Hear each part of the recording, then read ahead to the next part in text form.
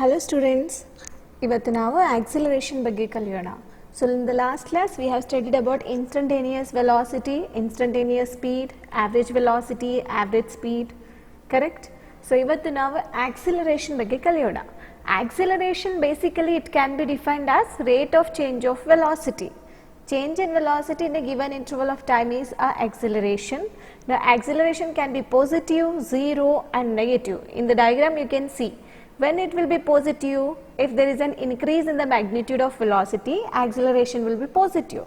If there is no change in velocity, in that case acceleration will be zero, and if there is a decrease in magnitude of velocity, in that case the acceleration will be negative. Acceleration ಯಾವಾಗ positive ಇರುತ್ತೆ, velocity increase ಆದಾಗ acceleration positive ಇರುತ್ತೆ, velocity decrease ಆದಾಗ acceleration negative ಇರುತ್ತೆ. ಯಾವಾಗ velocity ಚೇಂಜೇ ಆಗೋದಿಲ್ಲ ಆವಾಗ acceleration zero ಇರುತ್ತೆ. ಯಾಕೆಂದರೆ acceleration ಡೆಫಿನೇಷನ್ ಏನು ಹೇಳುತ್ತೆ, ವೆಲಾಸಿಟಿ ಚೇಂಜ್ ಆಗೋದಾಗ ನಮಗೆ acceleration ಸಿಗುತ್ತೆ. ಯಾವಾಗ velocity with respect to time change ಆಗುತ್ತೆ ಆವಾಗ ಮಾತ್ರ ನಮಗೆ acceleration ಸಿಗೋದು.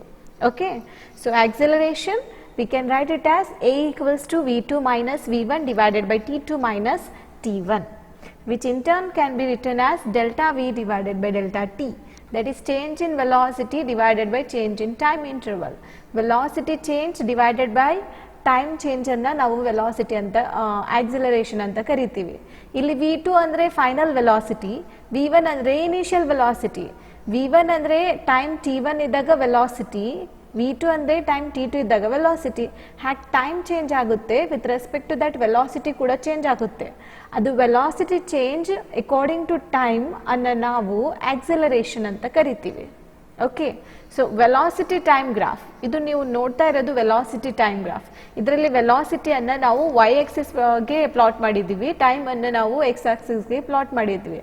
ಅದನ್ನು ಸ್ಲೋಪ್, ಅದು ಯೆಲ್ಲೋ ಕಲರಿಂದ ಹೈಲೈಟ್ ಆಗಿತ್ತಲ್ಲ, ಅದನ್ನು ಸ್ಲೋಪ್ ಅಂತ ಕರಿತೀವಿ. ಆ slope of velocity time graph, velocity time graph the slope ನಮಗೆ ಆಕ್ಸಲರೇಷನ್ ಕೊಡುತ್ತೆ. Correct?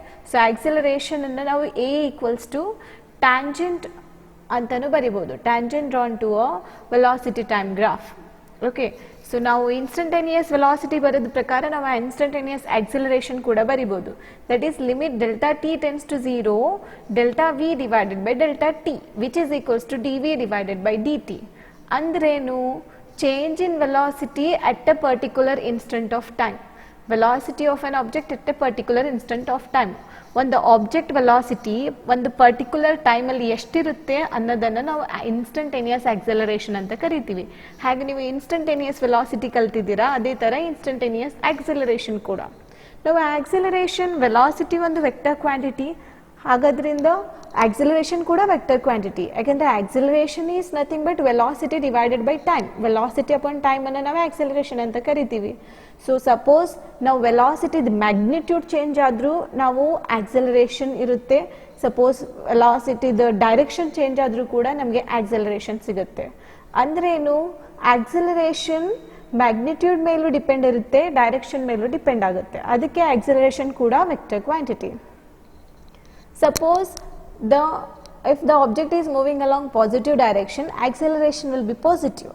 If the object is moving along negative direction, acceleration will be negative. Object positive direction ಅಲ್ಲಿ move ಆಗ್ತಾ ಇದ್ರೆ ಅದರ ವೆಲಾಸಿಟಿ ಏನಿರುತ್ತೆ, ಪಾಸಿಟಿವ್ ಇರುತ್ತೆ. ಹಾಗಾಗಿ ಅದರ ಆಕ್ಸಲರೇಷನ್ ಕೂಡ ಪಾಸಿಟಿವ್ ಇರುತ್ತೆ. ಆಬ್ಜೆಕ್ಟ್ ನೆಗೆಟಿವ್ ಡೈರೆಕ್ಷನ್ ಅಲ್ಲಿ ಮೂವ್ ಆಗ್ತಾ ಇದ್ರೆ ಅದರ ವೆಲಾಸಿಟಿ ನೆಗೆಟಿವ್ ಇರುತ್ತೆ, ಹಾಗಾಗಿ ಆಕ್ಸಲರೇಷನ್ ಕೂಡ ನೆಗೆಟಿವ್ ಇರುತ್ತೆ. ಸೊ ನಮಗೆ ವೆಲಾಸಿಟಿ ಥರ ಆಕ್ಸಲರೇಷನ್ ಕೂಡ ನೆಗೆಟಿವ್ ಇರುತ್ತೆ, ಪಾಸಿಟಿವ್ ಇರುತ್ತೆ ಮತ್ತು ಝೀರೋ ಕೂಡ ಇರುತ್ತೆ.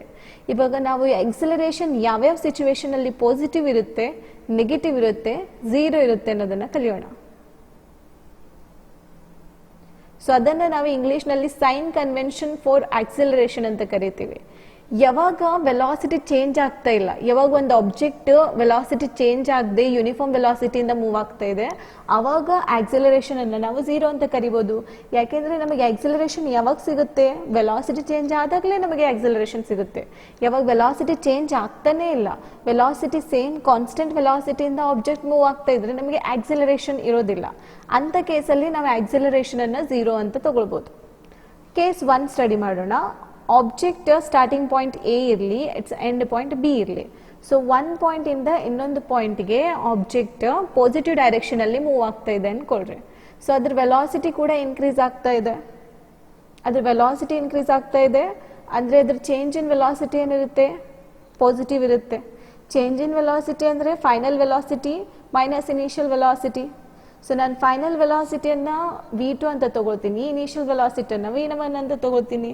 ಸೊ V2 ಮೈನಸ್ V1 ಏನಿರುತ್ತೆ, ಪಾಸಿಟಿವ್ ಇರುತ್ತೆ. ಯಾಕೆಂದರೆ ಫೈನಲ್ ವೆಲಾಸಿಟಿದು ಜಾಸ್ತಿ ಇರುತ್ತೆ, ಯಾಕೆಂದರೆ ವೆಲಾಸಿಟಿ ಇನ್ಕ್ರೀಸ್ ಆಗ್ತಾ ಹೋಗ್ತಾ ಇದೆ. So delta V will be positive.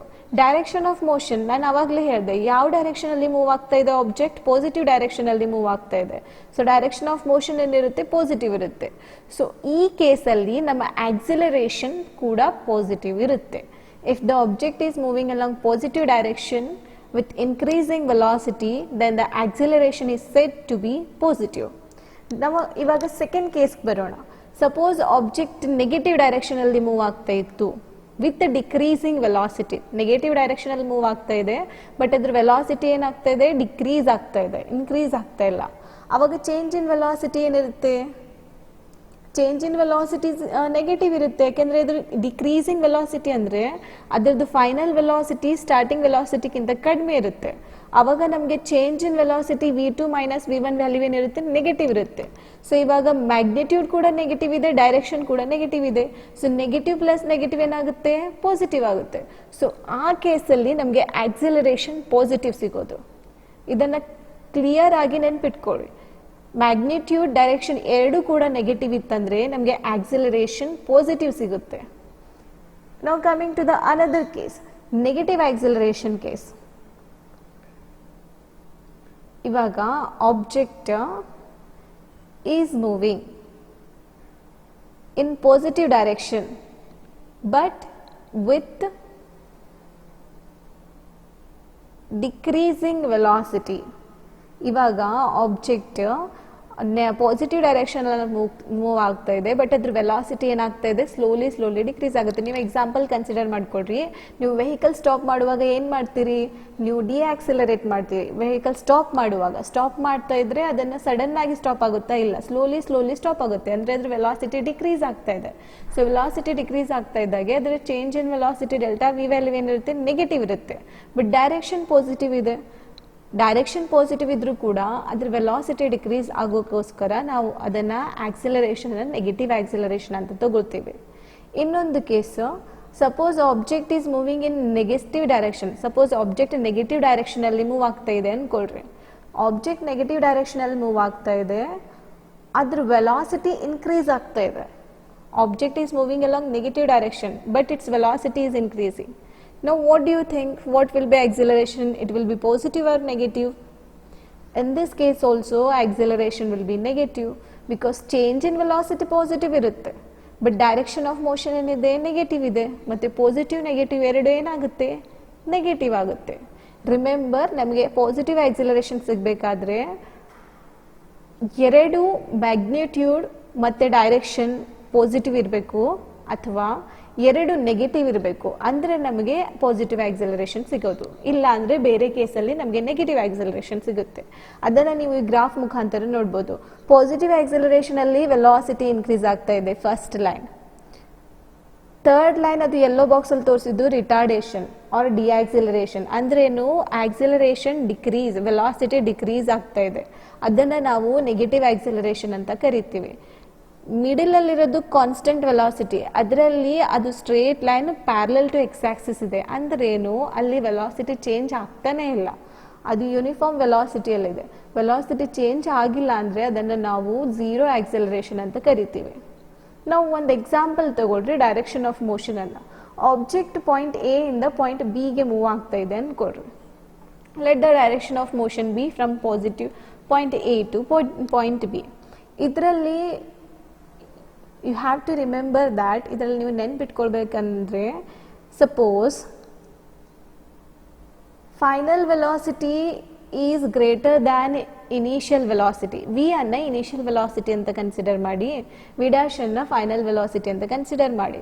V less then v dash ಇತ್ತು ಅಂದರೆ ಅವಾಗ ಆಕ್ಸಿಲರೇಷನ್ ಏನಿರುತ್ತೆ, ಪಾಸಿಟಿವ್ ಇರುತ್ತೆ. ಸಪೋಸ್ ಇನಿಷಿಯಲ್ ವೆಲಾಸಿಟಿ ಫೈನಲ್ ವೆಲಾಸಿಟಿಗೂ ಜಾಸ್ತಿ ಇದ್ದರೆ, if v is greater then v dash, ಆ ಕೇಸಲ್ಲಿ ನಮಗೆ ಆಕ್ಸೆಲರೇಷನ್ ಏನು ನೆಗೆಟಿವ್ ಇರುತ್ತೆ. Just remember this point. So let us plot graph between position time. ಇದನ್ನೇ XT ಗ್ರಾಫ್ ಅಂತ ಕರಿತೀವಿ. Position versus time graph. Position ಅನ್ನು ನಾವು ಡಿಸ್ಪ್ಲೇಸ್ಮೆಂಟ್ ಅಂತ ಕೂಡ ಕರಿಬಹುದು. So position versus time graph. Position versus time ಗ್ರಾಫಲ್ಲಿ ನೀವು ನೋಡ್ಬೋದು, ಅದು ಇನ್ಕ್ರೀಸಿಂಗ್ ಕರ್ವ್. ಅದೇನು ಇನ್ಕ್ರೀಸಿಂಗ್ ಕರ್ವ್ ಅಂದ್ರೆ ಏನು, ವೆಲಾಸಿಟಿ ಏನಾಗ್ತಾ ಇದೆ, ಇನ್ಕ್ರೀಸ್ ಆಗ್ತಾ ಇದೆ. ಆವಾಗ ನಮ್ಮ ಆಕ್ಸಿಲರೇಷನ್ ಇರುತ್ತೆ ಪಾಸಿಟಿವ್ ಇರುತ್ತೆ. ಸೆಕೆಂಡ್ ಇರೋದು ಡಿಕ್ರೀಸಿಂಗ್ ಕರ್ವ್. ಇಲ್ಲೇನು ವೆಲಾಸಿಟಿ ಏನು ಡಿಕ್ರೀಸ್ ಆಗ್ತಾ ಇದೆ, ಇದು ನಮಗೆ ನೆಗೆಟಿವ್ ಆಕ್ಸಿಲರೇಷನ್. ಸೊ ಥರ್ಡ್ ಕೇಸಲ್ಲಿ ಏನು ವೆಲಾಸಿಟಿ ಚೇಂಜೇ ಆಗ್ತಾ ಇಲ್ಲ, ಅದು ಕಾನ್ಸ್ಟೆಂಟ್ ಇದೆ, ಅಂದರೆ ಅದು ಏನು ನಮ್ಮದು ಝೀರೋ ಆಕ್ಸಿಲರೇಷನ್. ಕರೆಕ್ಟ್. ಸೊ ಇದನ್ನು ನಾವು ಇನ್ನೊಂದ್ಸಲ ಗ್ರಾಫ್ ಅಲ್ಲಿ ಹಾಕೊಳ್ಳೋಣ.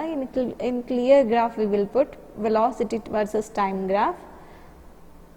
ಸಪೋಸ್ ದ ಫಸ್ಟ್ ಕೇಸಲ್ಲಿ ಪಾಸಿಟಿವ್ ಆಕ್ಸಿಲರೇಷನ್ ಕೇಸಲ್ಲಿ ಆಬ್ಜೆಕ್ಟ್ ಪಾಸಿಟಿವ್ ಡೈರೆಕ್ಷನ್ ಅಲ್ಲಿ ಮೂವ್ ಆಗ್ತಾ ಇದೆ with increasing velocity, with positive velocity. ಅಂದ್ರೆ ನಮ್ಮ ನೇಚರ್ ಆಫ್ ಗ್ರಾಫ್ ಈ ತರ ಸಿಗುತ್ತೆ, straight line in first quadrant ಅಲ್ಲಿ ಸ್ಟ್ರೇಟ್ ಲೈನ್ ನಮ್ಮ nature of graph.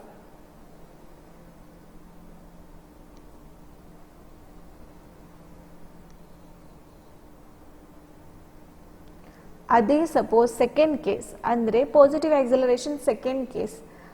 Suppose the object is moving with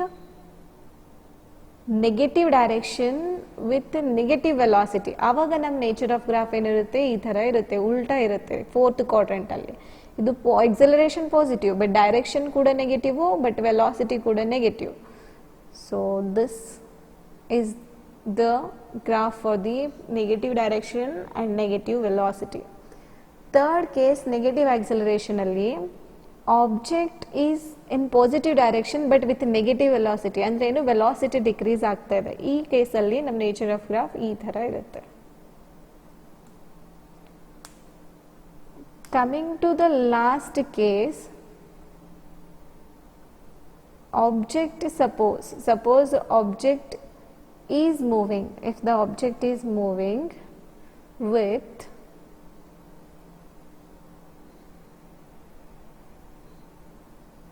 positive velocity in positive direction, nature of graph will be like this. So this was about acceleration. Acceleration is rate of change of velocity with respect to time. ಇದರ SI unit ಏನಿರುತ್ತೆ metre per second square. ಏಕೆಂದರೆ velocity SI unit metre per second. Acceleration ಅಂದ್ರೆ ಏನು, velocity divided by time, ಅಂದರೆ metre per second divided by second, ಅಂದರೆ ಅದು ಏನಾಗುತ್ತೆ metre per second square. Okay. Instantaneous acceleration ಅಂದರೆ velocity of an object at a particular instant of time. ಅದನ್ನು ನಾವು change in velocity of an object at a particular instant of time, ಅದನ್ನು ನಾವು instantaneous acceleration ಅಂತ ಕರಿತೀವಿ. ಮತ್ತು acceleration positive ಇರುತ್ತೆ, negative ಇರುತ್ತೆ, ಝೀರೋ ಇರುತ್ತೆ. Suppose the object is moving along positive direction with positive velocity, acceleration ಇರುತ್ತೆ ಪಾಸಿಟಿವ್ ಇರುತ್ತೆ. Suppose if it is decreasing, if it is moving with negative acceleration, it will be if the object is moving with negative velocity, its acceleration will be negative. If the object is moving with uniform velocity, object uniform velocity ಇಂದ move ಆಗ್ತಾ ಇದ್ರೆ ಅದರ acceleration ಏನಿರುತ್ತೆ zero ಇರುತ್ತೆ. So this was about your acceleration. So if you have any doubt about this, you can contact me on my WhatsApp number and kindly solve the following assignment questions and send to me on my WhatsApp number. Thank you, students.